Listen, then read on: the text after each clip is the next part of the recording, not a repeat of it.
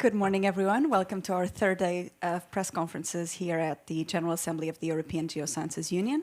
My name is Barbara Freire. I'm the EGU Media and Communications Manager, and I would like to remind you that we will open the floor for questions from the journalists in the room and those watching via the live stream link following short presentations by each one of our speakers.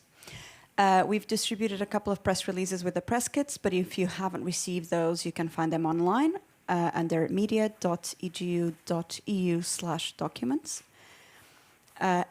This press conference is called Marks of the Anthropocene, Past, Present and Future. Taking part in it, we have Kira Lapes, who is a PhD student at the Department of Geodynamics and Sedimentology at the University of Vienna in Austria. Caroline Claassen she's a lecturer in physical geography at the School of Geography, Earth and Environmental Sciences, Faculty of Science and Engineering at the University of Plymouth in the UK. Pau Calatayud Vernic, who is an environmental and food safety research. He's at the Environmental and Food Safety Research Group of the University of Valencia and at the Desertification Research Center, Moncada in Spain. Stefan Lorai is at the Institute for Landscape Architecture and Environmental Planning at the University of Berlin in Germany. And I will now hand over to our speakers. Thank you. Good morning. I'm Kira Lapes, and I will tell you today what you never see in Vienna. My topic is Vienna's Anthropocene in 3D, and this is not a picture from a splatter movie with the blood running down, but something completely different. I will come to this in a minute. On your way to this press conference, you are seeing and passing by all these skyscrapers, these buildings, the bridges, so all these signs of human impact visible on a surface. But how did you actually come here? I suppose most of you were coming by the subway. So you were coming through the underground of the city. As every modern city, Vienna exists not only on the surface, but has a large part of the city also in the underground, invisible, beneath the surface. And this is exactly what our project is focusing on, the underground of Vienna. My part of the project is to develop a 3D model of the anthropogenic sediments, that is the human-made ground underneath the city. And this is also what you can see here underneath the title. For this, I use well cores that are drillings which are usually done before construction work to investigate the geological ground. Usually one might think of primarily of rock formations and strata, but especially underneath cities, we have massive deposits of anthropogenic origin, consisting of backfill or demolition layers or general archaeological and historical layers. And these anthropogenic sediments that you can see here on the right-hand side in the well log depicted in red, these are the data that I'm using for my model. Vienna is perfectly suited for this kind of task because of the data availability. We have almost 63,000 well cores distributed all over the city area and covering a time span from the first well core in 1844 until now. For my model, I then extrude the well cores according to the thickness of anthropogenic sediments that are documented in the well logs. And this model shows you how it looks like in reality, but to make it clearer, visible, and easier to follow, I will explain the underground to you in the second model where I extruded it upwards, so towards the height. As you can see, the anthropogenic sediments in Vienna range from 2 centimeters, 0.02 meters, to 42 meters over the city. Generally, one might expect that the thickest anthropogenic sediments would be located in the oldest part of the city, that is the historical city center, But as you can see, this is not the case here. The areas with the most massive anthropogenic deposits are located rather at the edges of the city. These are all waste disposal sites. And the disposal site of Rautenweg is the area in Vienna where we have the thickest anthropogenic sediment with, at the moment, a height of 42 meters, but it will reach a total height of 75 meters in its final state. However, also in the city center, we have massive anthropogenic sediments. Following the Ringstraße, which is the broad boulevard in front of the parliament and the town hall. These sediments or deposits have a thickness of up to 12 meters, and they stem from the old fortification walls of the 16th century, which were demolished in the 19th century. So as a comparison, the waste disposal site at Rautenweg was established in the 1960s, so just 60 years ago. And as you can see here, more massive deposits of anthropogenic origin were accumulated in the last century than in the whole history of Vienna before. When we would put together the anthropogenic sediments of all Viennese well cores end to end, we would measure a total length of more than 90,000 meters. So just to give you an idea how massive the anthropogenic underground is. At the end of my presentation, I come back to the EGU, to the building we are now in. Of course, we also have anthropogenic sediments underneath us, ranging from 30 centimeters to more than 11 meters, with the thick deposits following the course of the Danube.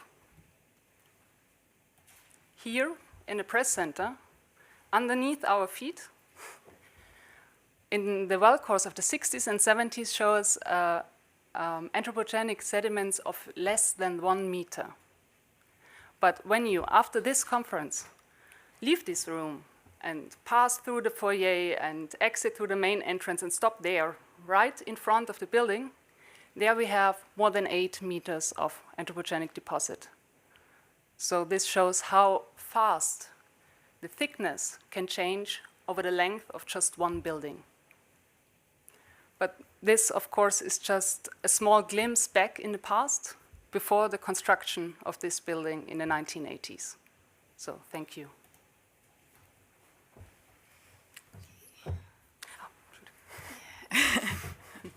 Cheers.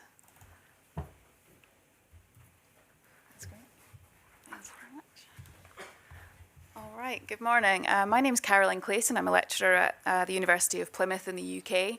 I just want to acknowledge it's quite a large team on this project. It's very much a collaborative effort. So I've got colleagues from Poland, Italy, Canada, and other colleagues from the UK all working as part of this. And I'm going to tell you a little bit about the widespread presence of fallout radionuclides. So that's products of nuclear testing and nuclear accidents in the cryosphere.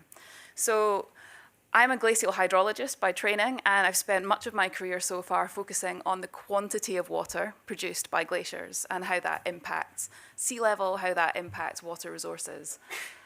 What I feel is that actually in glaciology there hasn't been a huge amount of focus on the quality of water emerging from glaciers, which can be stores of contaminants. So before I tell you a bit more about the project, I don't know how many of you in the room know what cryoconite is, so I'm going to introduce you to that first.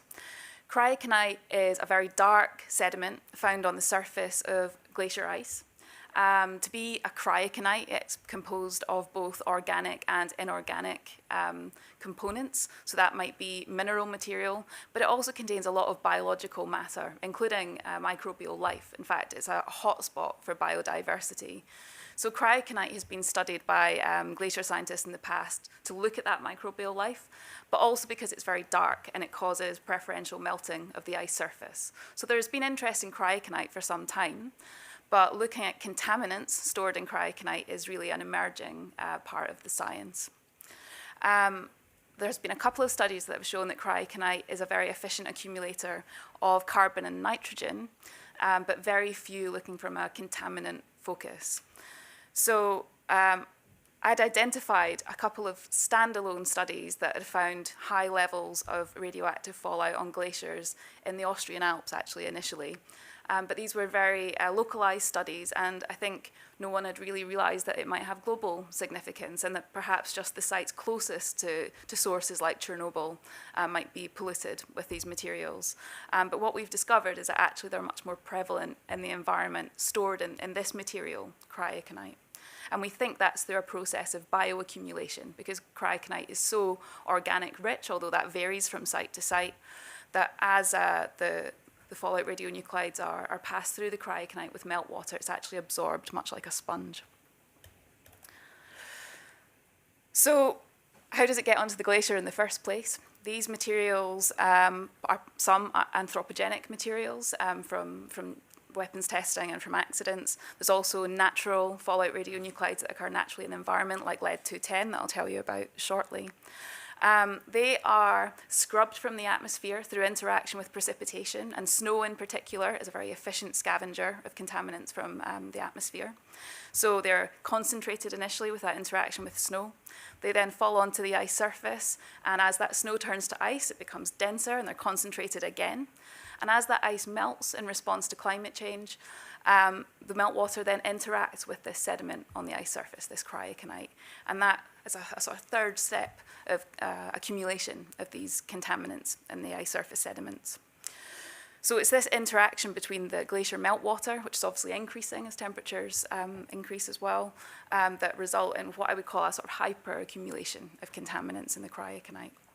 So we devised a collaborative scheme to pool all of our data sets. We have data from the Alps, British Columbia and Canada, Greenland, Antarctica, Arctic Sweden, Iceland, Svalbard. We have 17 glacier sites in total with a range of samples taken at each of those sites. And we wanted to look at what the global spread is, not just the local significance. So I'll tell you about lead first. Lead-210, this is a naturally occurring fallout radionuclide, so this isn't a product of weapons testing, but it is a useful marker because we know what the natural levels of lead are in the environment. But what we find in terms of lead stored in cryoconite is that it's orders of magnitude higher than what we'd find in other environmental matrices. So certainly what we would find on the general landscape, but even what's been found in lichens and mosses, which have shown to be really efficient scavengers of atmospheric pollutants in their own right. But what we see in cryoconite is actually higher than what's been studied in lichens and mosses in many cases in the past. So cryoconite is a very efficient scavenger of these contaminants. The highest levels we've seen for the lead-210 occur on a glacier called Isfalsglaciären that I collected samples from in Arctic Sweden. And this is perhaps related to the geology partly, but a lot of that is what we call excess lead-210. So it's atmospherically derived, naturally occurring, but its concentration is very, very high. If we move on to think about the artificial fallout radionuclides, so those are the products of weapons testing and nuclear accidents. Caesium is something that we quite often have heard about in the past, particularly following on from Chernobyl, because reindeer, for example, in Arctic Sweden, and even sheep farming in the UK was affected after Chernobyl, largely because of this isotope, Caesium-137. So there was large amounts deposited in the environment after Chernobyl. But we're still finding, actually, even today, so just a couple of years ago, wild boar meat in Sweden was found to contain 16,000 becquerels per kilo of caesium. And the legal limit for meat consumption in Sweden is 1,500. So we're talking about an order of magnitude higher. That means it's still a contemporary issue. It's not historical. It's still in the environment and still an issue. Interestingly, the highest single values for caesium that we found in the cryoconite samples go up to almost 14,000 becquerels per kilo. And again, that's orders of magnitude more than what we expect to see in other parts of the environment. So in many ways, actually, our samples are exceptional in terms of the levels of fallout radionuclides that we find outside of nuclear exclusion zones. So they're really some of the highest levels that you see in the natural environment. Another radionuclide, americium-241, is a decay product of plutonium-241. Plutonium has a half-life of 14 years. So americium is actually increasing in the environment. So although it was deposited decades ago, some of that was produced during Chernobyl, it's actually increasing as that plutonium decays. Now, I don't know how many of you remember your high school physics, but you might remember that alpha radiation can be stopped by a sheet of paper, so you can protect yourself quite easily from that. It wouldn't be absorbed in skin, typically. But the issue with americium is that it's an alpha emitter. And if that's ingested, say an animal grazing on lichens and mosses, that's where that's taken up into the food chain, is through digestion. So that's something that we want to look at in the future, as to what extent americium and cryoconite, which can actually be deposited into the proglacial environment. At the moment, we're looking at cryoconite stored on the ice surface, but we all know glaciers are retreating, they're melting, and that material has to go somewhere as the glaciers disappear. So how big will the concentrations be? How readily will that be available for uptake in the food chain? These are all the questions that we want to answer. So while the values for americium are quite a lot smaller, a couple of orders of magnitude compared to cesium, it's a particularly problematic fallout radionuclide because it's that alpha emitter that is particularly dangerous for health if consumed. So what are the impacts of this? I want to say just that we don't know exactly how harmful this is in the environment yet. We know it's there. We know it's a global phenomena as well. It's not just a local thing close to Chernobyl. But what we don't know is the extent to which this will be harmful for water quality and environmental quality and uptake in the food chain. So what we are going to do next is think about how those fallout radionuclides are bound to cryoconite. Are they bound to the really organic stuff, so they're readily available? So we're going to do some tests looking at digestion in acid to mimic stomach acid to see whether a reindeer that happens to stumble across some cryoconite deposited in the proglacial environment, will that actually end up being ingested and being problematic for these levels of fallout radionuclides in meat, which can have potentially quite nasty effects on socioeconomic status for things like reindeer herders that rely on animals that graze these environments. There's also potentially ideas around bioremediation. So this isn't all an entirely negative story. In the past, people have looked at the use of mosses and lichens to actually bioremediate the contamination from nuclear events. And cryoconite, as far as we can tell, is even more efficient at scrubbing those contaminants from meltwater. So that's something to think about in the future. Is this something we could actually look at as a tool for bioremediation from nuclear fallout? And I would highlight that really an interdisciplinary approach is needed to tackle this topic moving forward. Of course, it's an environmental issue. We need to understand the physical processes. But I do think that socioeconomic impact is something that we should be considering as well. It's a hazard or a risk that is new, it's emerging, we don't know much about it yet. And that means that the groups that rely on water resources downstream of glacial environments don't really know about this as a risk. People know that it was in the environment after Chernobyl in the mosses, fungus, lichens, but they don't know that glaciers are actually releasing this continually 30 years later. So it's an emerging environmental hazard, if you like, and it's something that we need to learn a lot more about. But it's a global issue, and something that I think warrants a lot further investigation. Thank you.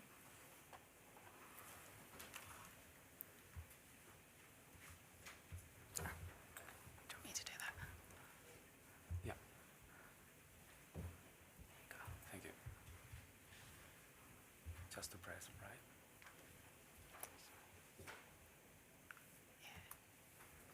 Okay. So good morning, everyone. I am Pau Cladit Bernig. I'm a PhD student at University of Valencia, and I work in the Environmental and Food Safety Group. And my research is about pesticide distribution in honeybees, pollen, and beeswax. First of all, I would like to highlight 3 important facts about pollinators, and that the 35% of our fruit, vegetables, and seed production depends directly on them, that global demand of pollinators in food production is increasing, and that managed pollinators like honeybees or bumblebees play a crucial role in agricultural areas where wild pollinators are scarce and are declining. So we know that honeybees are exposed to pesticides when visiting flowers in the field, and pesticides used in plant protection. And inside hives, they are also in contact with acaricides used by beekeepers to fight varroa destructor parasite. And as a result, honeybees are exposed to a cocktail of pesticides outside and inside hive. So while analysis of live honeybees reveal low pesticide loads, we have detected high levels of pesticides in dead bee samples collected during citrus and other fruit trees bloom.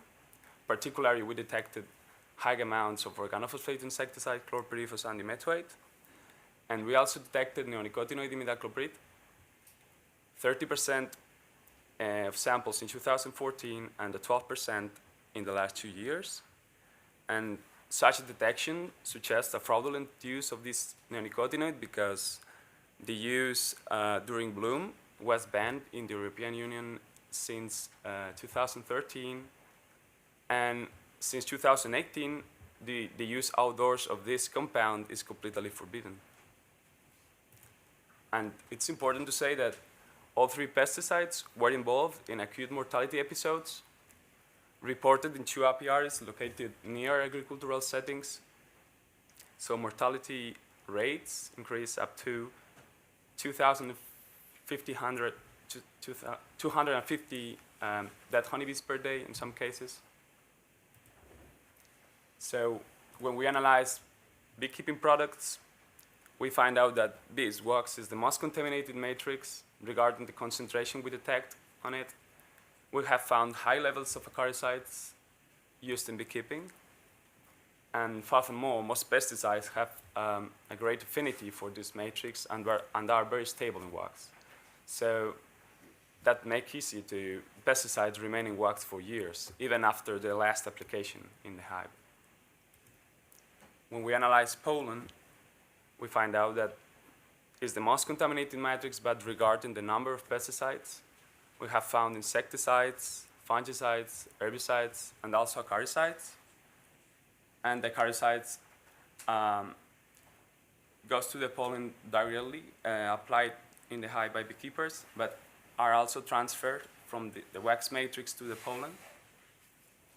And we have found that pesticide detections in pollen increase during blooming season, where pesticides are sprayed to the crops. So in the future, pollinators should be valued as essential components in our ecosystems in order to develop a more sustainable management of the agroenvironment. The competent authorities should establish a better control of sprayings during bloom. And in the beekeeper sector, we should focus on the implementation of alternative methodologies against varroa mite in order to reduce pesticide application in hive. And the use of less contaminated sources of beeswax is needed to dilute pesticides accumulated in it and prevent future pesticide transferences from this matrix to honeybees, pollen, and honey. So thank you.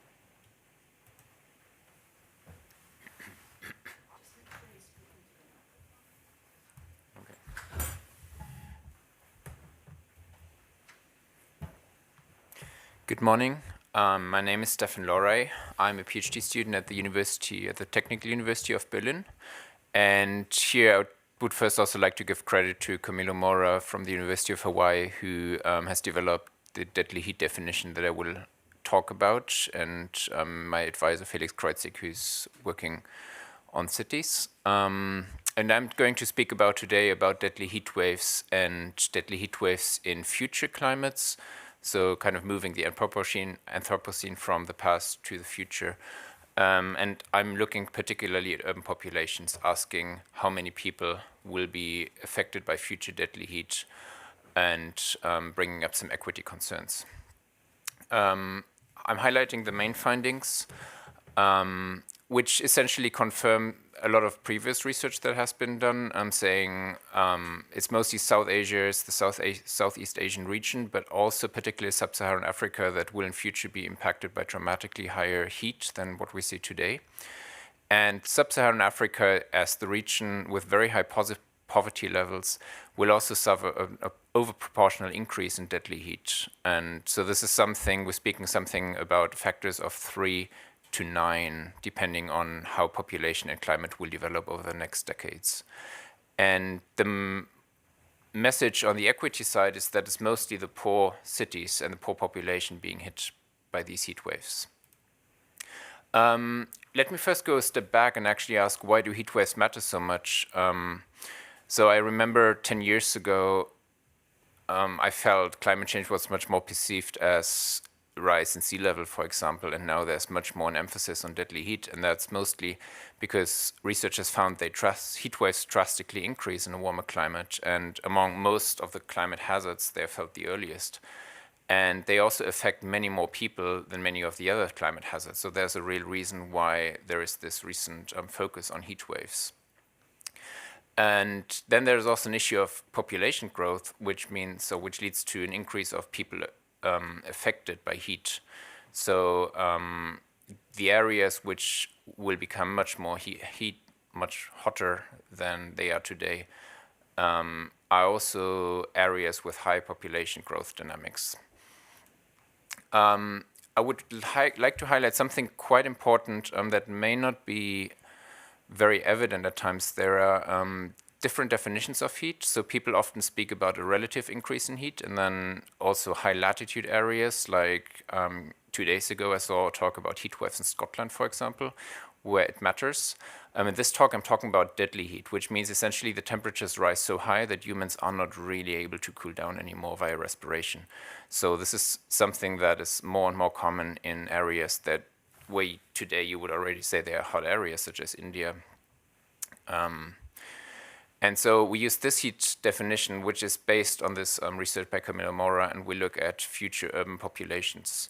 So we use there's something called the shared socioeconomic pathways, which essentially ask the question, how do human economies and societies in terms of population numbers and GDP develop, and there are different scenarios that are drawn out, and we base the population estimations for cities based on these country level data from these SSPs. So we bring the two things together, the country level estimation of population numbers in cities and this heat definition of deadly heat. And essentially what you can see here in this world map is all the cities above 1 million inhabitants, and the color depicts the annual days of deadly heat, and this is for 2030. This is the RCP 8.5 climate change scenario, so this is sort of the worst case, for 2050 and for 2080.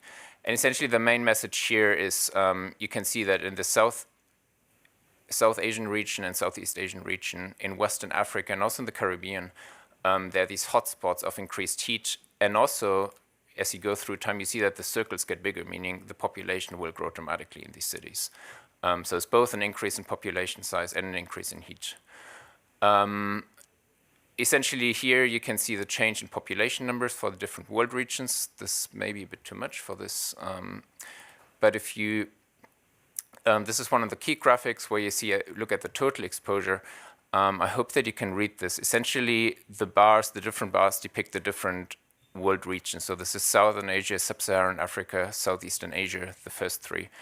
And what I would like to highlight here is that if you look at Sub-Saharan Africa, you see how this bar is relatively small for 2030, and then for 2050, the bar grows, and it grows even more dramatically for 2080. So what this depicts is what we call total exposure, or other researchers call it exposure, which is essentially the number of deadly heat days in person days. So if there's a city with 1 million inhabitants and 100 heat days a year, then you get the product of these two numbers is your total exposure.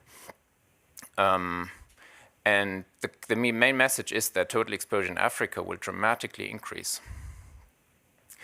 So how does this affect vulnerable and poor population? Most vulnerable people are those who are very young or very old and who are forced to work outdoors. So street vendors, for example, they depend on their income to make a living, but they're also forced to work outside very often, and they often also don't have access to air conditioning. It's very hard to assess these numbers on a global level, and the best aggregation or the best way to assess this is using age and income. And what we do in this first step, what I would like to show here, is we investigate the global equity of deadly heat. So we borrow some concepts from economics. Economics has this Lorentz curve, which essentially in economics gives you the income distribution across an economy. But we apply this to heat. So we ask the question, how is deadly heat across world cities distributed? And what we find is, so here you have the share of population for every city. So every city sort of adds its population. And then you have these, this exposure in person days of deadly heat. And what you find, there are a lot of cities, and they're mostly blue, meaning they're, for instance, in Europe. So they're in the cold areas. They don't really contribute to exposure because they are kind of cold and they don't reach that deadly heat limit. And then you have a lot of cities where, if you read the names Dhaka and Chennai and Delhi, who are relatively poor or very poor cities, and they dramatically add to the person days.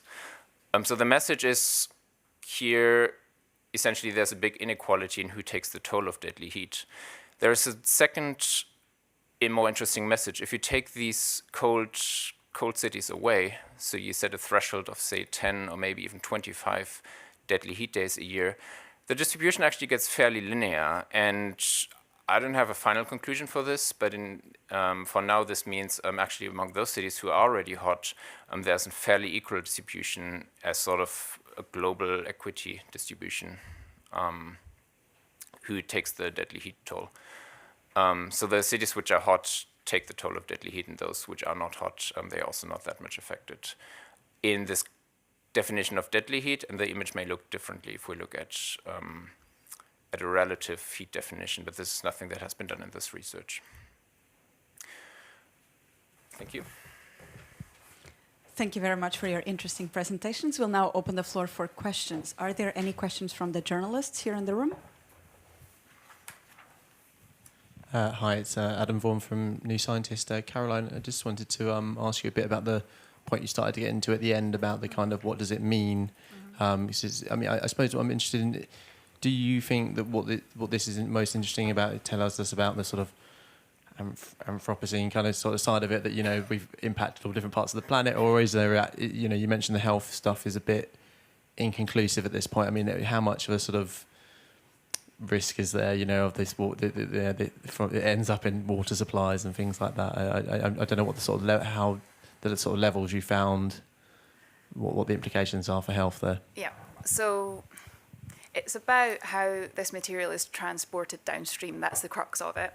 But we know that sediments on the surface of glaciers are transported downstream. We can take sediment cores from proglacial lakes, and then we can see the sediment that's been washed down through the glacier system and deposited year after year. So we know those sediments make their way downstream. I've looked at actually lake cores in one of these catchments, and you can see horizons of fallout radionuclides throughout the core that you can use for dating as well. So we know they make their way downstream. What we don't know is the extent to which they're readily available for uptake in the food chain, and so that requires more experimental research. Really, I have a student that's actually starting to look at that now to see if it's broken down in interaction with water. Is it broken down in interaction with stomach acid? You know, so trying to see how readily available that is. So we know the material will make its way downstream. That's undoubted, because glaciers retreat and that material has to go somewhere. It'll either be washed down through meltwater or deposited directly on the land surface beneath if the glaciers decay vertically. But in terms of the levels that we see, they are harmful. If they were ingested, they are harmful levels. The levels seen in lichens and mosses that have been studied actually in quite a lot of detail following Chernobyl, we know that they have been taken up in the food chain into things like deer, elk, wild boar, and have had serious implications for the economy in places like Arctic, Sweden and Finland and other parts of the world too. So it's about to what extent this cryoconite material becomes part of the terrestrial system. And I believe it will. Of course, it depends how long it takes for that material to be flushed downstream.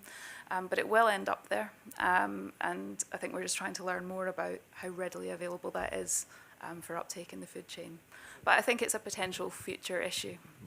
Sorry, yeah. was there any way I think there was about 17 sites you said you looked at. Was there any way you didn't find markers of, No. No. No, every single site, even the furthest south was the South Shetland Islands, just off the coast of the West Antarctic Peninsula, and there was fallout radionuclides there. The smallest levels, sort of in Northern Europe, were in Iceland, and they're still there. There was still even americium, this much more rare component, still in the samples in Iceland. But I think because there's so much ash in the environment, there's a much higher inorganic component of cryoconite there. So it's not bioaccumulating as much because the ash makes the proportion of organics in cryoconite much smaller. So it's very variable, but it's present in everything that we have analysed so far. Yeah. Catherine Cornai, freelance. Another question for Caroline. You mentioned Chernobyl. Are there other particular events you think that contributed significantly to these levels, or is it really mostly Chernobyl? Chernobyl's a big one, but a lot of what we see in cryoconite, it's hard to pin down exactly which events you attribute to each. You can look at ratios of different fallout radionuclides to get some idea, but in general, I think it's a sort of combined effect. So it's an accumulation of lots of fallout radionuclides from lots of different events. So weapons testing in Arctic Russia, for example, means that the samples that we have in Svalbard are particularly high. I suspect that's quite heavily related to the weapons testing in the north. Greenland has also had some various events with nuclear particles that have been emitted. So I don't think it's just attributable to Chernobyl, but we do see the signal quite strongly in sediments. Things like Fukushima, for example, because it's much more recent, it's hard to tell if we're seeing a signal from that. But it didn't produce americium, this alpha emitter particle, it only because that's something that was produced during Chernobyl because of the sort of explosive phase, and so some of the more nasty particles, if you like, were emitted from Chernobyl. So it varies the extent to which these different events contribute, but I think it's an accumulation of what's been put into the atmosphere over a period of decades. Patrick Gailey, AFP, another for you, Caroline.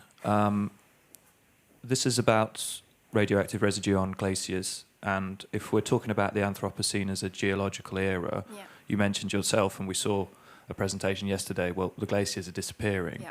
So do you have any idea if this material that's deposited on the glaciers will eventually end up at a sort of seabed, rock bed, geological level? Will future generations, I guess I'm asking, be able to sort of pinpoint the time that humans use nuclear power, from this sediment?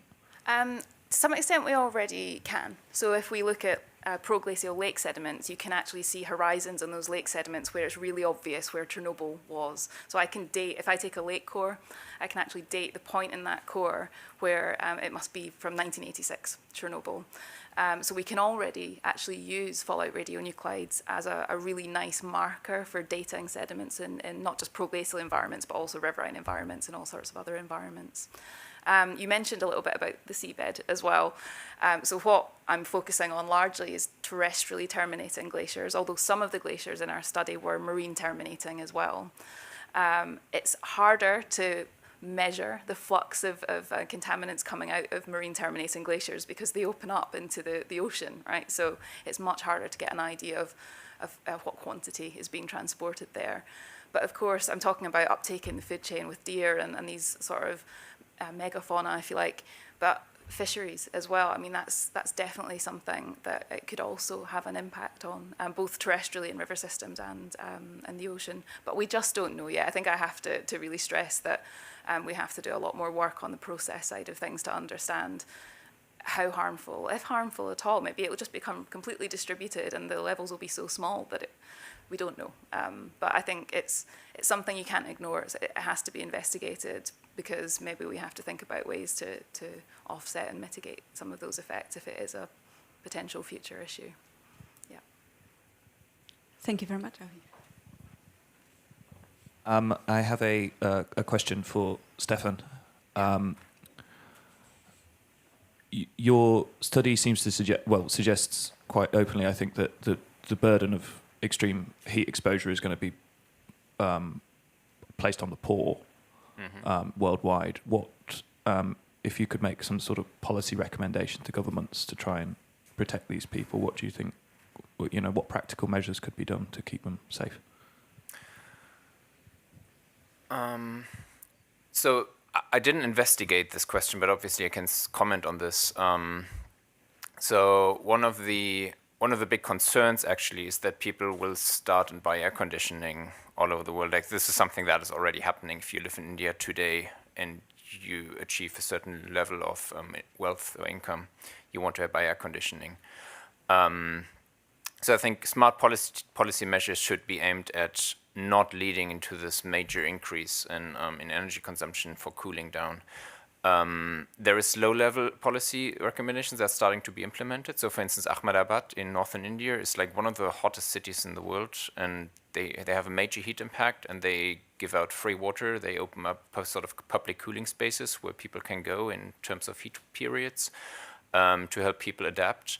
And then there's more long-term urban planning issues, such as green roofs or white roofs. So in Ahmedabad, they actually give out white paint for poor people so that they can paint their corrugated roofs white in order to cool down the houses. It's actually a fairly efficient and low-cost intervention. And actually in Europe, the interesting thing is there's a lot of awareness raising. So I'm not very aware how well researched that is for the already hot and poor regions, but we know from Europe that awareness raising, such as tell people don't go out running at 1 p.m. on a hot summer day, actually decreases massively the impact of heat-related mortality. Are there any additional questions?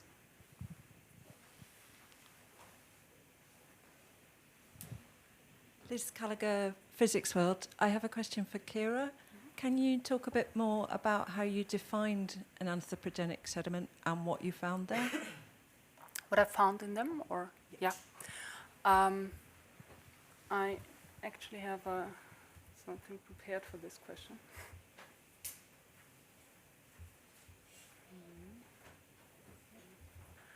So, as you can see, these are the materials that were described in the well logs, and I'm highlighting here two groups of material that are connected to the Anthropocene.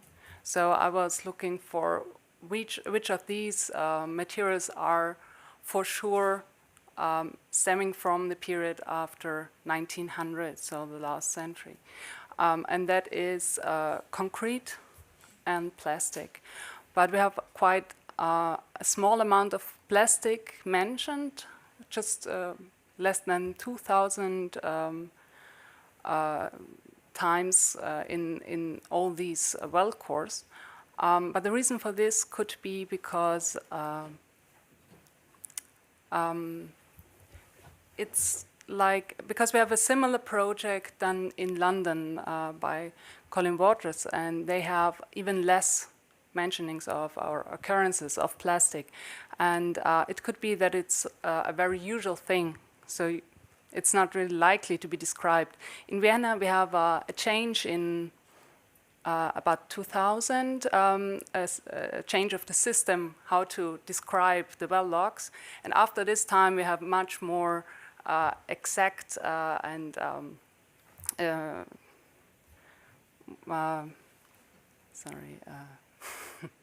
yeah, we have much more in detail described the materials that are in the sediments. In this project, we don't only, or I don't only, include these well cores, but also the archaeological data. So the excavations are digitized done by the Urban Archaeological Division of Vienna, and these are also going to be implemented. And of course, these are much easier to date, to combine them, the strata with the exact date, which is not really possible by using the well cores. Just in this case, when I have, for example, plastic, I can say, okay, this has to be in this time. Thank you. Are there any additional questions? Kira, just to follow up to that, who examined the census? Was it 63,000 cores? I was looking through them. Yeah. Wow.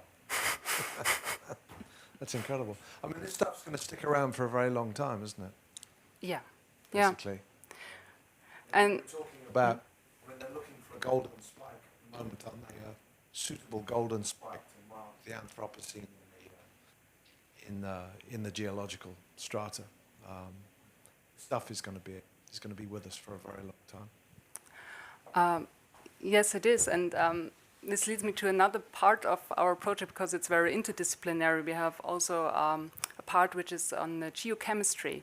So we are going also to the excavations in Vienna and taking samples and looking for the trace metals as lead or copper to find.